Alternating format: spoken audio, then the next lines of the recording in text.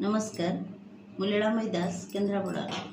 कृष्णाय वासुदेवाय हरः परमात्मने प्रणतः क्लेशनाशाय गोविन्दाय नमो नमः।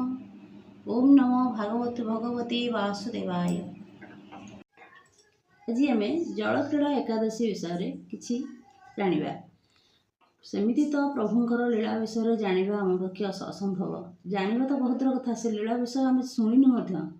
लीलामय प्रभु परम ब्रह्म, से दारु ब्रह्म, से बहुत लीला सृष्टि कर 12 मासरे 24 एकादशी पालन करती। ये एकादशी व्रत एक महान व्रत अटे। सब व्रत मध्य सार विष्णु देहरु ये व्रत उत्पन्न। भगवान विष्णु मानव समाज मानव मानक पाप क्षय करने ये व्रत भगवान विष्णुकर व्रत अटे। ज्येष्ठ मासर कृष्ण पक्षर एकादशी तिथि को आम जलक्रीड़ा एकादशी कही। यही जलक्रीड़ा एकादशी रे श्रीजीव माने श्रीमंदिर आसी जलक्रीड़ा मंडप पर जलक्रीड़ा करथांती। सुभाषित जल कुंडरे सुभाषित जल गंध चंदन एवं सुभाषित पुष्प मिश्रित जल श्रीजीव मदन मोहन एवं श्रीदेवी सहित जलक्रीड़ा करथांती। जलक्रीड़ा एकादशी छड़ा आहरी 3 दिन मध्य प्रभु माने जलक्रीड़ा करथांती। सावित्र अमावास्या रुक्मिणी एकादशी एवं शीतल षष्ठी दिन यही दिन मानक प्रभु सकाल धूप सरला नीतिकांति सकाल नीतिकांति पर आज्ञामाल पंडा पालिया पंडा पूजा पंडा आगे श्री अधर चुंबित प्रभुंकर अधर चुंबित आज्ञामाल आनी देखांती। आज्ञामाल पाइला परे महाजन माने प्रभु मानू गजदंत पालिंकी आनी महा काहाली आलोड़ चामर करी महा आडंबर आनी था जलक्रीड़ा मंडप उपरकू। अक्षय तृतीया ठारू श्रीजीव मानकर चंदन जात आरंभ हुए। यह 42 दिन पर्यंत होता है। 21 दिन भितर चंदन और आउ 21 दिन बाहर चंदन होता है। बाहर चंदन ने प्रभु चंदन पोखरी को नरेंद्र पोखरी जा क्रीड़ा करते और चंदन जात होता है। भितर चंदन ने श्रीजीव माने मंदिर भितर रही था। रौद्र ताप रक्षा करने पूजा पंडा माने मंदिर को अंधकारमय करते। पूजा पंडा माने एमती अंधार करते जो अखंड दीप प्रज्वलित होता है। से अखंड दीप मुह कांथ आड़ कर देते। ये समय अन्य पंडा माने जो माने मंदिर को आसते से फुटकुरी मारी आसती कहीं ना एत अंधकारमय मंदिर भितर थाए ये कौन जंतु जंता कि कौन प्रकार के हम से संभावना से फुटकुरी मारी आसता मंदिर भर। यही थाए केवल श्रीजीव मानक रौद्र उत्ताप रक्षा करने। ये समय ठाकुर ता भितर केवल गोटे छोट गामुछा पिंधि रही था। ठाकुर जो जलक्रीड़ा करने आसवे से दिन पूजा पंडा श्रीजीव मानकर अधर चुंबित आज्ञामाल आनी दियंती। सकाळ धूप अवकाश सरला परे महाजन माने मदन मोहन को दक्षिण मंदिर एवं श्रीदेवी को रत्न मंडप आनी गजदंत पालिंकी बसाई जलक्रीड़ा मंडप नहीं घंटा घंटा काहाली छता चामर सहित महा आडंबर प्रभु जलक्रीड़ा मंडप विजे कलापर सेठारे कुंडरे सुभाषित जल श्रीजीव एवं श्रीदेवी मदन मोहन और श्रीदेवी जलक्रीड़ा करते। जलक्रीड़ा पर पंचधूप धूप दीप पंच उपचार पूजा भी कराए।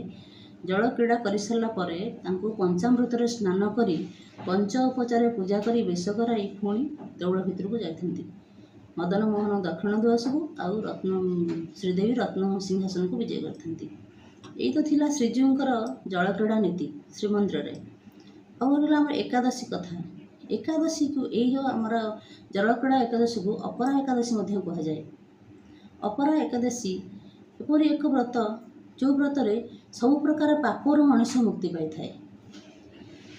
एमती कि ब्रह्म हत्या गो हत्या गुरु निंदा भली जघन्य पापर मनुष्य एकादशी व्रतर रक्षा पाई थाए। त्रेता जुगरे युधिष्ठिर श्रीकृष्ण को पचारे प्रभु ये व्रतर महिमा। कृष्ण कही व्रतर कौन कहानी बा किंवदंती नहीं अच्छी तो अच्छी श्रेष्ठ निर्दर्शन दर्शन। ये व्रत पालन कले अनेक जन्मर पापर मुक्ति पाई थाए। पुण्यर सागर सन्तरण करथांती लोक। ଏହି ବ୍ରତ ପାଳନ ଦ୍ୱାରା ମାନବ ବଡ଼ ବଡ଼ ପୁଣ୍ୟ ବଡ଼ ବଡ଼ ଅପରାଧରୁ କ୍ଷମା ପାଇଥାଏ। ଏହି ବ୍ରତ ପାଳନକାରୀମାନଙ୍କର ପିତୃପୁରୁଷମାନେ ମଧ୍ୟ ମୁକ୍ତି ପାଇଥାନ୍ତି। ପିତୃପୁରୁଷମାନଙ୍କର ଆତ୍ମା ମଧ୍ୟ ଶାନ୍ତି ପାଇଥାଏ।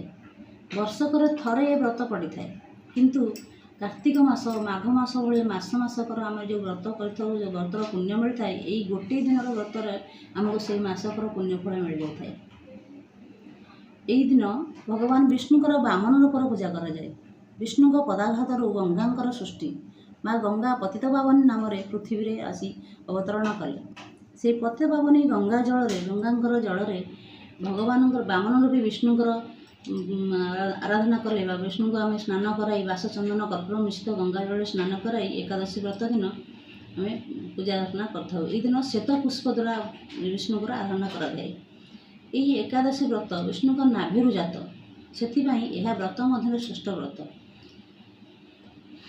ଶ୍ଵେତ ପୁଷ୍ପରେ ପ୍ରଭୁଙ୍କର ଧୂପ ଦୀପ ଜାଳି ବନ୍ଦାପନା କରି ଆମେ ପୂଜା କରିଥାଉ। ନାନାବିଧ ଫଳ ଭୋଗ ଲଗାନ୍ତି। ଆଉ ପଦ୍ମପୁରାଣରେ ଯୋଗ କ୍ରିୟାରେ ଏକାଦଶୀ ବ୍ରତର ମହିମା ଅଛି। ଏକାଦଶୀ ବ୍ରତର ମହିମା ବହୁତ।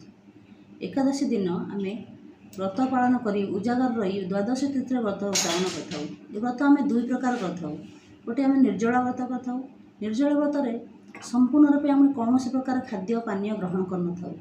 ଗଣ୍ଡୁଷରେ ଗଣ୍ଡୁଷେ ଜଳ ଗୋଟିଏ ତୁଳସୀ ପତ୍ର ନେଇ ଆମେ ସାରା ଦିନ ବ୍ରତ ପାଳନ କରିଥାଉ। ଭଗବାନ ବିଷ୍ଣୁଙ୍କର ଆରାଧନା କରିଥାଉ। ମନ୍ଦିର ହେଉ କିମ୍ବା ଘରେ ହେଉ ବିଷ୍ଣୁଙ୍କର ବାମନ ରୂପୀ ବିଷ୍ଣୁଙ୍କର ଆମେ ପୂଜା କରି ଏ ବ୍ରତ କରିଥାଉ। ଆଉ କିଛି ଲୋକ ଯେଉଁମାନଙ୍କର ଶରୀର ଅସୁସ୍ଥ କିମ୍ବା ଏ ବ୍ରତ କରିବା ପାଇଁ ଇଚ୍ଛା, କିନ୍ତୁ ଖାଦ୍ୟ ଗ୍ରହଣ ନ କଲେ ସେ ଦୁର୍ବଳ ହୋଇପଡ଼ୁଛନ୍ତି କି ଅସୁସ୍ଥ ହୋଇପଡ଼ୁଛନ୍ତି, ସେମାନେ କିଛି ଫଳ ଗ୍ରହଣ କରି ଫଳାହାର କରି ଏ ବ୍ରତ କରିଥାନ୍ତି। ଜଳ ଫଳ କିଛି ଜଳ ଗ୍ରହଣ କରିପାରିବେ, ଫଳ ବି ଆହାର କରିପାରିବେ।